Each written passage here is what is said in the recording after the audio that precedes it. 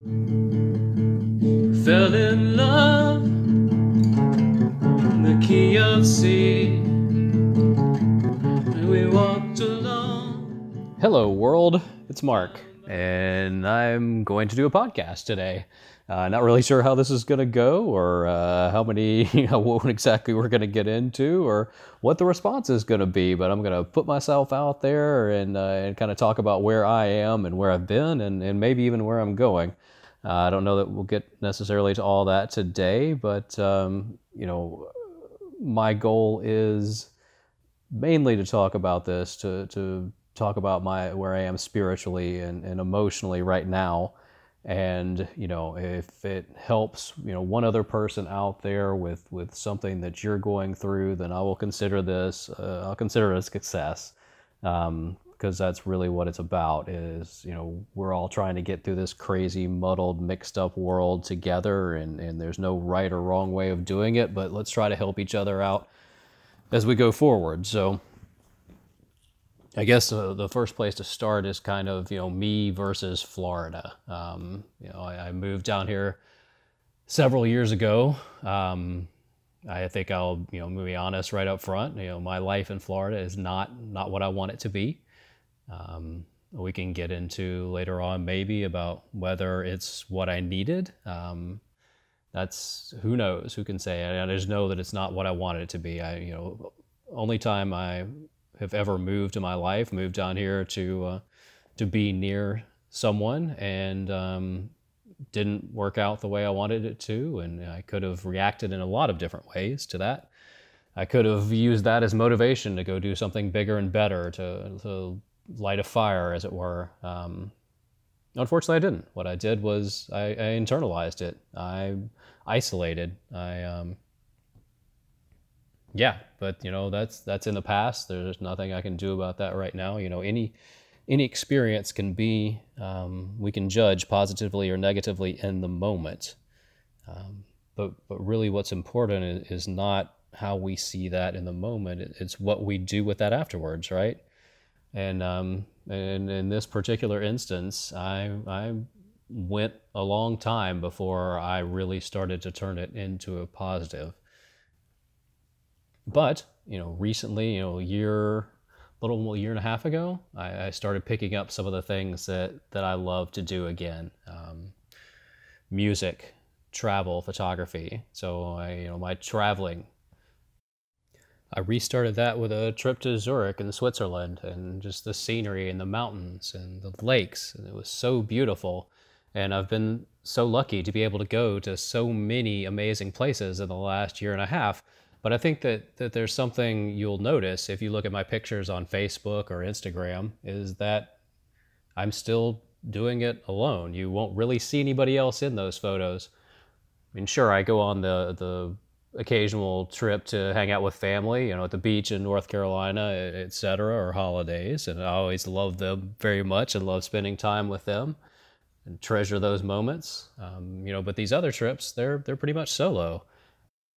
And there are a couple of reasons for that. I mean, one is I love doing photography, and I may sit in the same spot for 30, 45 minutes trying to get the lighting correct and make the best photograph that I want to be. And I don't really want to subject anyone else to having to sit there for that long while I perfect that photograph. So that's one of the things. But the other thing is, I haven't really made meaningful connections down here in Florida like I would have liked. I don't necessarily have the group of people to go do this with, honestly.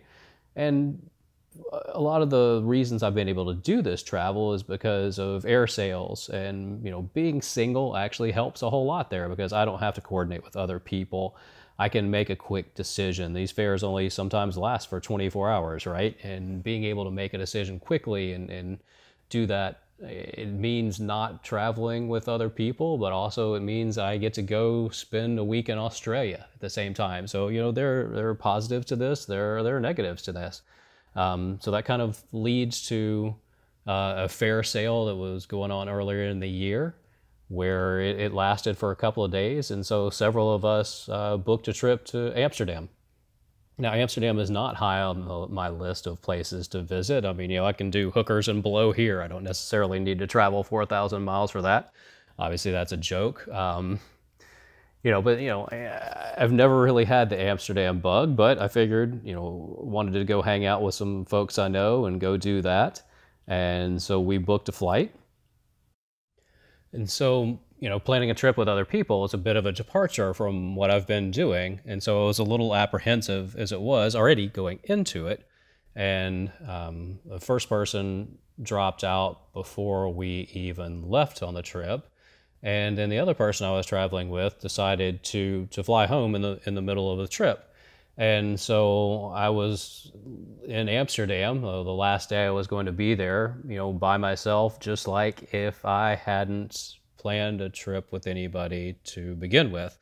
And I can remember where I was. I was sitting in a restaurant at the Film Museum in Amsterdam, and didn't want to be in the restaurant, didn't like what I was eating. Just not having a positive experience in really any way. And it was kind of brainstorming, what next? And so to take a step back a little bit, kind of set the scene, I've been amazingly lucky on my travels to see so many amazing things. I don't know what it is about it, whether it's because I'm willing to go the extra mile and get off the beaten path and take chances, but I've almost been always rewarded by that, but just seeing some amazing sights. And so, just on the balance, just on average, I was due for an experience that wasn't like that. One of the first things I did was go to the tulip gardens, and it could have been so beautiful, except it was just a few weeks early in the season, and most of the tulips weren't blooming. And so, Amsterdam was just kind of like that for me. But one of the bright spots had been, the second day we were there, we went down to Rotterdam, and I really, really loved Rotterdam in a way that I didn't in Amsterdam. Part of the thing with Amsterdam is it just wasn't very Dutch. And they pride themselves on being this cosmopolitan city that's kind of the crossroads of Europe, right? But that means that there's not really a whole lot Dutch about it. But everything that I didn't find in Amsterdam, I did find in Rotterdam. Like, I really, really enjoyed it. There was an app that had a guide to all of the murals and street art in Rotterdam, and followed it around and got some amazing pictures, and just really enjoyed the people there and the atmosphere. The reason we'd gone down there was to go see Lucy Rose play, which was an amazing coincidence that, she was kind of playing clubs around the Netherlands while we were there. And she would play along with two other artists. They would each play, about 6 or 7 songs. And it really was an opportunity for those artists to get out and play music in front of people that would not normally see them or hear them play, and again, get exposure. And so it was a stripped down show that she did. It was all acoustic. And I was just blown away. Like, I knew that I really enjoyed her music, but to hear her play acoustically, and it wasn't just the playing, it was also the storytelling, the way she talked about things, about how she almost gave up music because folks wanted to make her a pop star, right? The label wanted to make her a pop star, and took her in a different, her second album in a much different direction than what she wanted it to be. And then after that, not being able to find any gigs to play. Like, she wanted to go tour around South America, and no one thought she had any fans there. And so she went on Facebook and put a message on Facebook, hey, if you book me a free gig, I will come stay on your couch and I'll play in your town. And people did it. And so she spent, 2 months touring around Central and South America, staying with fans and playing, and just how that changed her perspective on music and on life. And just hearing that, and just how powerful is that? What a powerful story. And how could you not have a beautiful time? Here's somebody, whose music I really, really enjoyed, and to hear the story and to put it all together. I mean, it was just an amazing experience. And not only that, I actually got to talk with her after the show. Like I went and bought a T-shirt from her and had a conversation, and she was, so down to earth and overjoyed that someone would actually want to buy a T-shirt from her. I mean, just the experience was humbling and beautiful, and something I will cherish for a long time. So, we go back to the cafe and the film museum in Amsterdam where I didn't want to be, and I was racking my brain like, what can I do? What can I do the last day of this trip to pull it all together and to do something memorable? And so I checked online, and Lucy was playing again, and this time in Nijmegen. And I was torn. When I'm on vacation, I don't go do things multiple times. I want to maximize the opportunities I have, right, to go see some amazing things. And not only do I not do things twice, I didn't want to go see her play that night and have it not be as good as the previous show and detract from that amazing feeling I had the previous show. And so I was really torn about what to do and whether I should do this or not. And so I looked online, and it was the show was sold out, right? So she's still playing with the same two other people, and it sold out. So I was like, look, I'm going to take a shot here. If it doesn't work out, then I won't go. But I got in touch with her on Twitter. I sent a message, I would love to see you play. It's my last night. And she responded, and she put me on the guest list. And so, at that point, I pretty much had to take the train 45 minutes down there and do that. And so I got to Nijmegen and really enjoyed it. It was hilly, and it was a college town, and I was walking around. There's a open area in the middle of town, and of course, all the college students are sitting out there smoking pot and just having a good time. And I wandered around and saw some really cool sights, and so go to the show. And she played a slightly different set list for this show, so that was nice. And then the last song, before she played the last song, she told a story about the song, and again, going back to the trip to South America and kind of the things that happened there. And she told a story about someone she met there in Paraguay. And, Paraguay is not as well off as some of the other countries she went to, like Chile or Argentina or Brazil.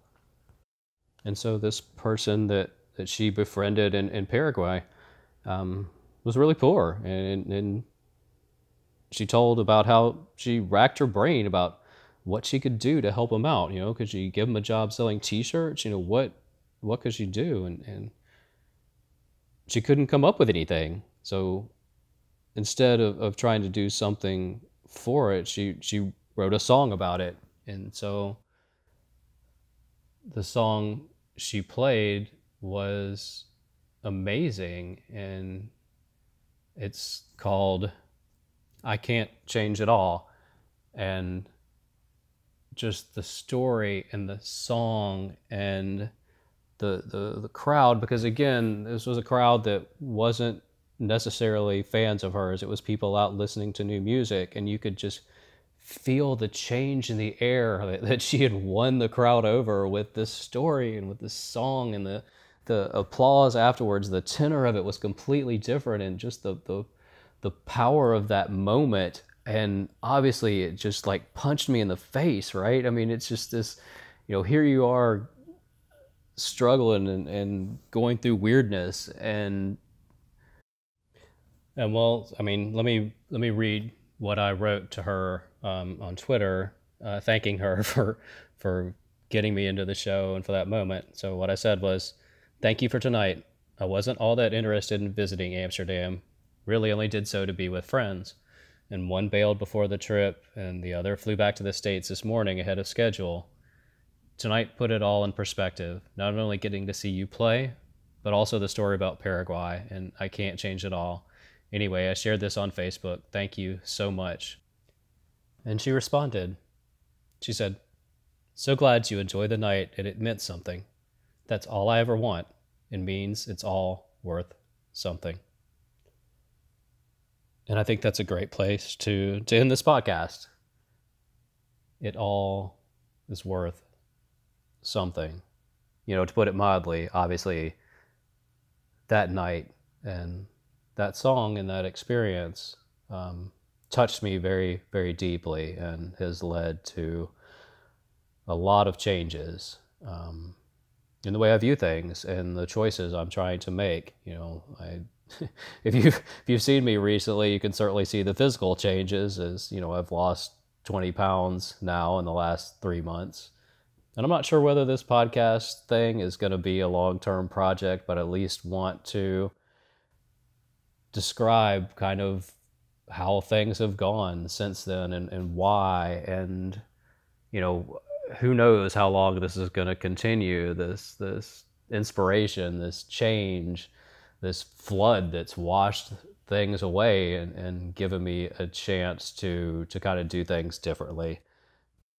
And for that, I'm very, very grateful. I think that we always underestimate the effect that we have on the people around us and the positive things we can do, even though it seems like we can't. I think it's highly ironic that Lucy wrote a song about not being able to change at all, when that same very song, has inspired me towards so much change. And, if I can do the same thing, if I can put myself out there and put myself on a podcast and maybe one person hears this and is able to relate and identifies and passes it on, well, then yeah, it's all worth something, right? And so thank you for listening. Cheers. We'll do this again shortly.